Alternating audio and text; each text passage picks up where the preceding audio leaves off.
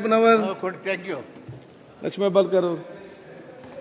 ಚಿಕ್ಕೆ ಗುರುತಿನ ಪ್ರಶ್ನೆ 1683 ಮಾನ್ಯ ಮಹಿಳಾ ಮತ್ತು ಮಕ್ಕಳ ಕಲ್ಯಾಣ ಅಭಿವೃದ್ಧಿ ಸಚಿವರಿಗೆ ಕೇಳಲು ಬಯಸ್ತೀನಿ.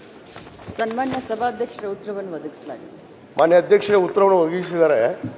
ಹೊಸ ತಾಲೂಕಿಗೆ ಇವತ್ತು ನಮ್ಮ CDPO ಆಫೀಸ್ ಮಹಿಳಾ ಮತ್ತು ಮಕ್ಕಳ ಕಲ್ಯಾಣ ಕಚೇರಿಯನ್ನು ಕೇಂದ್ರ ಸರ್ಕಾರಕ್ಕೆ ಪ್ರಸ್ತಾವನೆ ಕಳಿಸಿದ್ದಾರೆ. ಅದು ಏನೋ ಸರಿ ಅಧ್ಯಕ್ಷರೇ, ಆದರೆ ನಮ್ಮಲ್ಲಿ ಅಂಗನವಾಡಿ ಕಟ್ಟಡ ಈಗ 100 ಕಟ್ಟಡ ಇಲ್ಲ, ಸುಮಾರು 100 ಅಂಗನವಾಡಿಗಳಿಗೆ ಮಕ್ಕಳು ಅಲ್ಲಿ ದೇವಸ್ಥಾನದಲ್ಲೋ ಕಟ್ಟೆ ಮೇಲೋ ಅಲ್ಲಿ ಕೂತ್ಕೊಂಡು ಓದೋ ಪರಿಸ್ಥಿತಿ ಬಂದಿದೆ. ಚಿಕ್ಕ ಚಿಕ್ಕ ಮಕ್ಕಳು ಇರ್ತಾವೆ, ಅಲ್ಲಿ ಪರಿಸರ ಸರಿ ಇರಲ್ಲ. ಅದಕ್ಕೆ ನಾನು ತಮ್ಮ ಮೂಲಕ ಮಾನ್ಯ ಸಚಿವರಿಗೆ ಒತ್ತಾಯ ಮಾಡೋದೇನೆಂದರೆ, ಬೇಗನೆ ಆ ಅಂಗನವಾಡಿ ಕಟ್ಟಡಕ್ಕೆ ಜಾಗ ಕೊಡಿಸ್ಬೇಕು, ಜಾಗಕ್ಕೂ ದುಡ್ಡು ಕೊಡಬೇಕು ಮತ್ತು ಕಟ್ಟಡಕ್ಕೆ ದುಡ್ಡನ್ನು ಬಿಡುಗಡೆ ಮಾಡಬೇಕು ಅಂತ ನಾನು ಒತ್ತಾಯ ಮಾಡ್ತೀನಿ.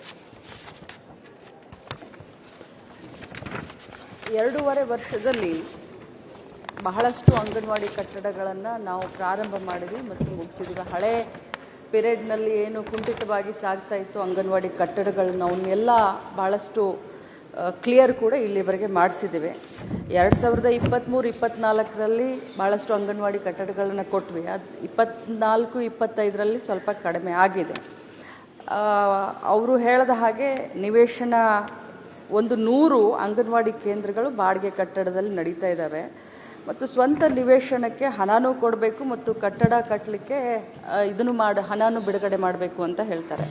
ತಮ್ಮ ಗಮನಕ್ಕೆ ತಮ್ಮ ಮುಖಾಂತರ ಅವ್ರಿಗೆ ಹೇಳಲಿಕ್ಕೆ ಬಯಸ್ತೇನೆ, ನಾವು ಏನು ಹಳ್ಳಿಗಳಲ್ಲಿ ನಿವೇಶನವನ್ನು ಕೊಡಬೇಕು ನಮಗೆ ರೆವಿನ್ಯೂ ಡಿಪಾರ್ಟ್ಮೆಂಟ್ಗೂ ಬರೆದಿದ್ದೀವಿ ಮತ್ತು ಸಂಬಂಧಪಟ್ಟಂತೆ ಎಲ್ಲ ಜಿಲ್ಲಾಧಿಕಾರಿಗಳಿಗೆ ಈಗಾಗಲೇ ಪತ್ರವನ್ನು ಬರೆದಿದ್ದೀವಿ. 2-3 ಸರಿ ವಿಡಿಯೋ ಕಾನ್ಫರೆನ್ಸ್ ಮಾಡಿ ಬಹಳಷ್ಟು ಜಿಲ್ಲಾಧಿಕಾರಿಗಳು ಇಂಟ್ರೆಸ್ಟ್ ತೆಗೆದುಕೊಂಡು ನಮ್ಮ ಅಂಗನವಾಡಿ ಕಟ್ಟಡಕ್ಕೆ ನಿವೇಶನಗಳನ್ನು ಈಗಾಗಲೇ ಮಂಜೂರು ಮಾಡಿದ್ದಾರೆ. ಹಳ್ಳಿಗಳಲ್ಲಿ ನಾವು ನಿವೇಶನಕ್ಕೆ ದುಡ್ಡನ್ನು ಕೊಡಲಿಕ್ಕೆ ಆಗೋದಿಲ್ಲ, ಮಾನ್ಯ ಸದಸ್ಯರ ಗಮನಕ್ಕೆ ತರಲಿಕ್ಕೆ ಬಯಸ್ತೇನೆ. ಆದರೆ ಅದೇ ಪಟ್ಟಣದಲ್ಲಿ ನಿವೇಶನಗಳನ್ನು 50% ಸರ್ಕಾರದ ವತಿಯಿಂದ 50% ದುಡ್ಡನ್ನು ಕಟ್ಟಬಹುದು ಅಂತ ನಾವು ಮೊನ್ನೆ ಬಜೆಟ್ನಲ್ಲಿ ಕೂಡ ಅದನ್ನು ಘೋಷಣೆ ಮಾಡಿದ್ದಾರೆ.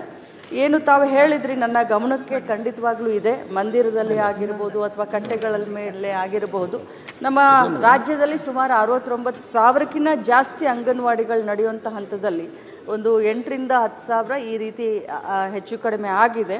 ಅದು ಕೂಡ ಬೇರೆ ಬೇರೆ ಯುವಕ ಸಂಘದ ಕಟ್ಟಡದಲ್ಲಿರ್ಬೋದು, ಸಮುದಾಯ ಭವನದಲ್ಲಿರ್ಬೋದು, ಶಾಲಾ ಕಟ್ಟಡಗಳಲ್ಲಿ ಕೂಡ ನಡೀತಾ ಇದ್ದಾವೆ.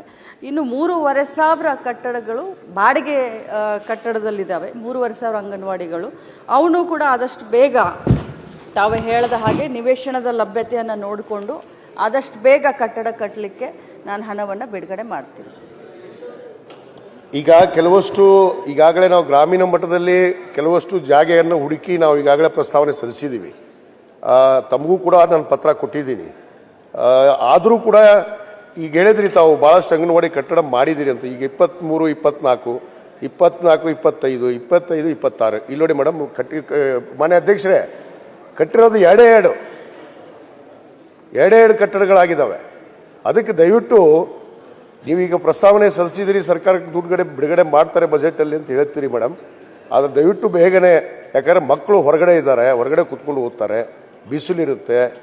ಅದಕ್ಕೆ ದಯವಿಟ್ಟು ಬೇಗ ದುಡ್ಡನ್ನು ಕೊಟ್ಟು, ಈಗ ಕೊಟ್ಟಿರುವಾದರೂ ನಾವು ಜಾಗ ತೋರಿಸಿದ್ದಾದರೂ ಕಟ್ಟಕ್ಕೆ ಪರ್ಮಿಷನ್ ಕೊಡ್ರಿ ಅಂತ ನಾನು ವಿನಂತಿ. ಮಾನ್ಯ ಅಧ್ಯಕ್ಷರೇ, ಸಭಾಧ್ಯಕ್ಷರೇ, ನಾನು ಇವತ್ತನೇ ಅಧಿಕಾರಿಗಳ ಹತ್ರ ಚರ್ಚೆ ಮಾಡಿ ಬೇರೆ ಎಲ್ಲಿ ಕಟ್ಟದೇ ಉಳಿದಂಥ ಭಾಳಷ್ಟು ಅಂಗನವಾಡಿಗಳು ಕಟ್ಟದಲೇ ಉಳಿದಂಥ ದುಡ್ಡು ಇರುತ್ತೆ, ಅವನ್ನೆಲ್ಲ ಕ್ರೋಢೀಕರಿಸಿ ಮಾನ್ಯ ಶಾಸಕರು ಹೇಳದ ಹಾಗೆ ಆದಷ್ಟು ಬೇಗ ಅಂಗನವಾಡಿ ಕಟ್ಟಡಕ್ಕೆ ಅವ್ರ ಕ್ಷೇತ್ರಕ್ಕೆ ಕೊಡಲಿಕ್ಕೆ ನಾನು ಪ್ರಯತ್ನ ಮಾಡ್ತೀನಿ. ಧನ್ಯವಾದಗಳು.